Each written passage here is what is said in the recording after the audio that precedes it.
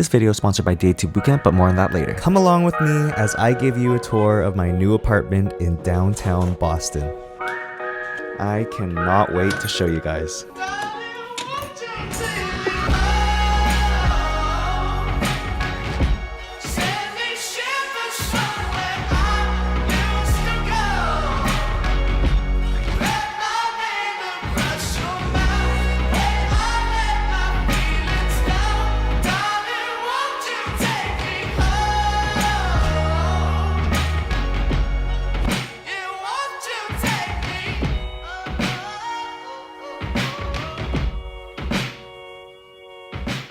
Hello, welcome to my $3,200 apartment here in downtown Boston, specifically Chinatown. So in terms of the backstory, I didn't know many people in Boston. Friends were introducing me to potential suitors, potential roommates, housemates. And you know, I have a few leads. I'm literally looking from the West Coast and this is all the way East Coast, and I'm messaging back and forth with some people, but I couldn't solidify anything. And I was really getting a little bit stressed trying to figure out what to do. It was then that one of my friends added me to the dental students page at Tufts. I looked at it as a great opportunity. I sent a message to every single incoming dental student. Their class is huge, over 100 people. I had a few people DM me, and his name was Dan. He's literally in this room, right through this wall. We started talking. Honestly, he seemed like a very normal, chill guy.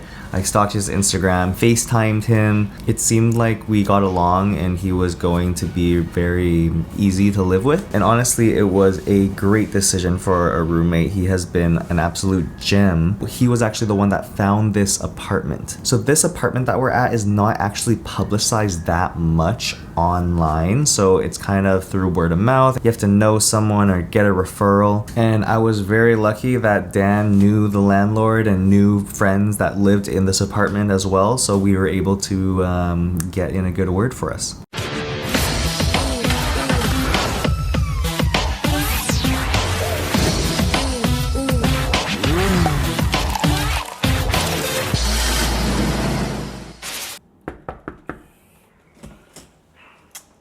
MTV, come in. Welcome to my crib. Shoes off.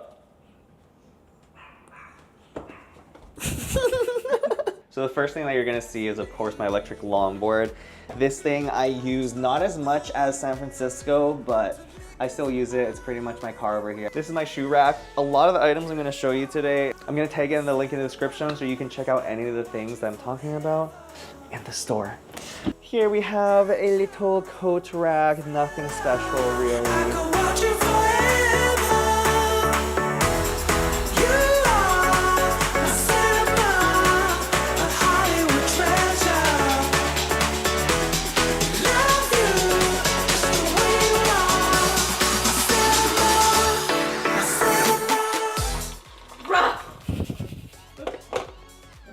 Ta-da!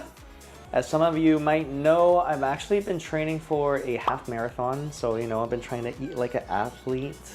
You want to see what's in my fridge? Come on. So currently, I always have Parmigiano Reggiano cheese on tap, or in the fridge, as because it's not on tap. Also have eggs. It's really important to me that I get pasture raised eggs. Actually have a regulation based off of how much like space that each chicken has. So definitely recommend that. Egg whites, cool, extra protein, free protein, amazing. We got the Laoganma, one of the OP chili oils. My girlfriend has put me, no, I'm just kidding. I put my girlfriend on matcha. Excuse me. What? I have matcha on the days I don't feel absolutely dead. When I wake up and I don't need coffee, I'll have matcha instead. Mushrooms, this is one of my meal prep containers. Usually I meal prep on Sundays. If you want to see a meal prep video and like what I eat specifically, definitely let me know in the comment section below. Here we have the Greek non-fat yogurt. These overnight oats that I discovered from Trader Joe's are really great, especially this apple one. My legs are getting tired already because I actually ran the half marathon today. I just bought some pasta. I want to treat myself and got meat, but I love meat. Love meat. We got shredded kale, and then apples right now. Oh my god, I'm so tired.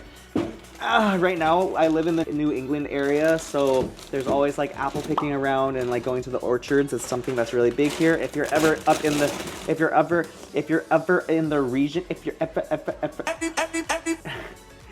ever in the region, hit me up. Or don't. Unless you're a girl, then no can do. And then on this side, we just have like sauces, drinks, stuff like that. If we move up, pan up, yup, here we go. Let's go all the way up, okay? I love salmon. I love the wild caught salmon and then cod. Sweet corn's really good. I use in my meal prep sometimes, and I love these, the fruits and greens smoothie blend. I also use this freezer if I'm like really hot, and then like I come back from a workout, and then you can kind of just like take a little rest here. All right, now let's head into the living room. So let's talk about some of the things I was looking for in an apartment. Everything that I say here, take it with a grain of salt. You know your situation better than I do. This is just what I wanted and needed for an apartment. Number one, I am in residency. Don't let that doctor in front of my name fool you. I do not work as a dentist. I'm not making dentist money, a dentist salary. So I was on a very strict budget. A lot of the apartments around us, the more luxury ones, were around 4K or more than 4K for a 2-bedroom apartment. This one being $3,200 was around $1,000 off, so $500 per person per month, which is a substantial amount of money. Would amenities be nice, like a lounge area and a gym, rooftop bar or a pool, and all these glamorous amenities? Yes, they would have been really nice, but I could do without. This way I could convince myself into splurging a little bit more for a gym membership, because that is important to me. Another thing that is a luxury, not just in New York, but also in Boston, is a in-unit washer and dryer. This apartment doesn't specifically have one in our living space. However, it is kind of tucked away in the basement of this building. $3 for a wash, $3 for a dry. I honestly really like the industrial look. It had pretty high ceilings in all of the rooms, and there's like poles that are sticking out, and there's like that red brick wall that just added a lot of personality and character to this place that I grew to love as well.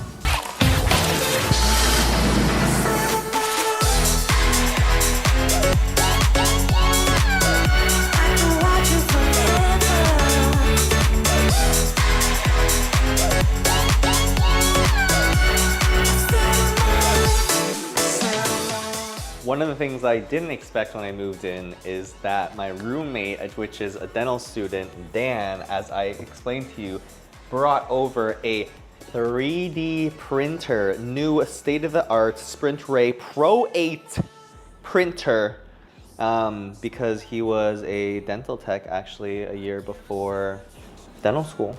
So that's really cool, ain't it? Like a flower in the summer.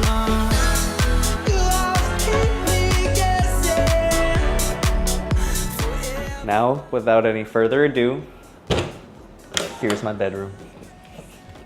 Quick break, but as I mentioned earlier, this video is sponsored by bootcamp.com. I personally relied on DAT Bootcamp, Anatomy Bootcamp, and IMBDE Bootcamp to not only get into dental school, but to excel during it and become a licensed dentist. If you're preparing for the DAT, you're not alone. 90% of pre-dental students use DAT Bootcamp. Now they have Bootcamp AI Assistant, and Dr. Ari's proven 10-week study schedule makes it easier to stay on track and get your dream scored. Don't forget to use my code JackOnSmiles to save some money, because trust me, you'll want to save every dollar you can for dental school. Let's move on to pros, cons, and advice. So if I had to pick the biggest pro, it would be how close it is to the school and how accessible Chinatown is to the rest of Boston. I am literally in downtown, and the walkability score, if I had to give it out 100, is like 99. Almost everything that I want is within walking distance. I am 5 minutes away from multiple gyms, grocery stores, restaurants, literally a minute walk to my school. My apartment's right there. We just left it. And then if you turn, what is that? What is that? It's the dental school. It's my school. No, that's good. That's good. That's good. A couple cons about living here is there is one bathroom that Dan and I share. There are times where our bathroom schedules overlap and I am waiting outside, jumping up and down because I really need to go. Or other times when I am running late to school and having someone taking up the bathroom just adds that a little bit extra stress to the day. Another con that I did not see coming was actually thinking about the noise isolation of this room. These windows and walls do not do a really great job of isolating the sound. That in combination with being in downtown and being right by Tufts Medical Center, which is a really large hospital, and there's always ambulances, wee wee wee wee, even at like 2 a.m. and then 5 a.m. hasn't been a big enough of a problem for me to sound isolate my room. I think one piece of advice I can give to someone looking to rent or buy a place is think about how much time that you're gonna be spending there. If I am working from home and I'm home, 16, 20 hours every single day, then I might splurge a little bit more. However, if you're working 2 jobs and you're never home and you're, eating out because you don't have time to cook and you only come home just to sleep, then maybe you don't splurge on your living quarters. Finally, it's really what you make of your own apartment. You can make a house feel like a home through adding bits of your personality, adding, artwork that you like. My biggest thing was adding plants. I was never a plant dad, at least to this degree until now, and now I have 4 beautiful children that live with me here. Since apartments in downtown are, relatively compact, I learned to utilize and maximize the most out of the space that I do have, building up instead of building out.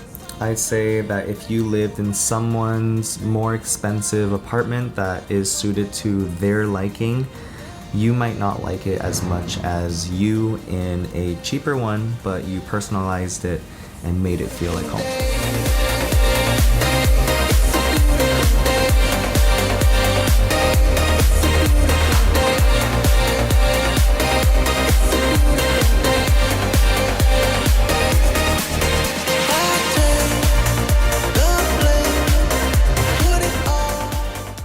So the apartment had a really good foundation, and one of the things I tried to build is these hangers over here, successfully but unsuccessfully. As you can see, I have a lot of the scrub tops up on here. Shout out Janu, I love you guys.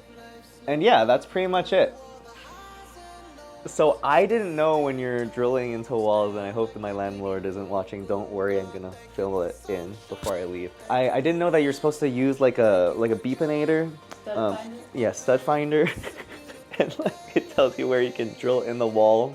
So like behind this wall was like emptiness or like empty space, so nothing was holding there. So anyways, I'll fix that later. And I love these because they're black, industrial, modern, and it goes really well with like the other stuff I have in my room. Those of you that have been with me for a while might recognize this sign. I just want to say that it has safely made it from San Francisco to Boston. Again, shout out to my big in dental school Jerry for getting me this as a birthday gift. And this is your sign to like this video and hit subscribe so you can follow along and see what I get myself into in Boston and in residency. So is that the most valuable thing in your room? This is definitely up there, but I think the most valuable thing is going to be this little guy right here. As you can tell, speaks for itself. That is what my opponents say. Stu!